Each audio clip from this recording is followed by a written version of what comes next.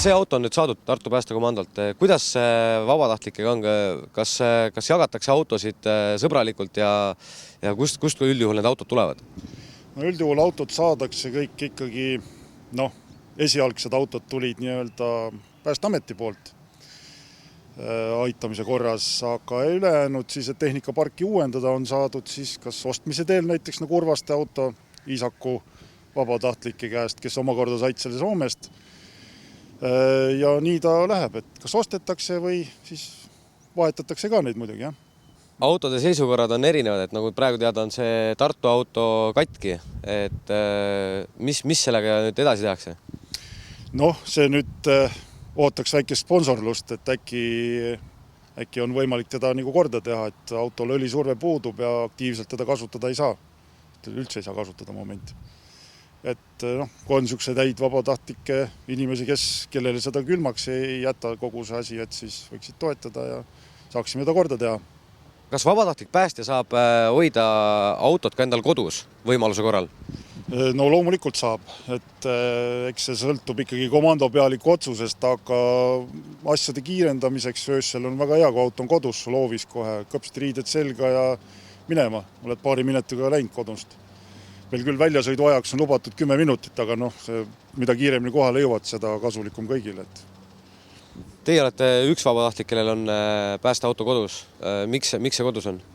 See on tekkinud olude sunnil kahjuks, et meil oli küll siin auto pikalt garaažis, nii-öelda vanas majandi garaažis, aga inimene, kellega meil leping oli, otsustas sellele ühel päeval üles öelda ja teadmata põhjustel ühesõnaga. Ja nüüd ta seisab mul kodus ja talvel on ta siis Assakul korteris, et talvel me kahjuks valves ei saa enam olla, kuni asjalood ei varane.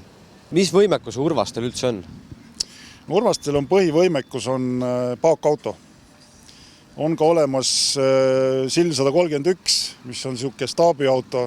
Talvel saaks kuskile abivaja juurde nagu pääseda, kui teed lahti lükkamata. Ja siis on meil ka pisike nii-öelda ennetustööde auto Hyundai, millega siis käime ennetustööd tegemas ümberkaudsetes külades. Sellega hetkel meie võimekus piirdub. Miks teie hakkasid vabatahtlikuks? Hea küsimus.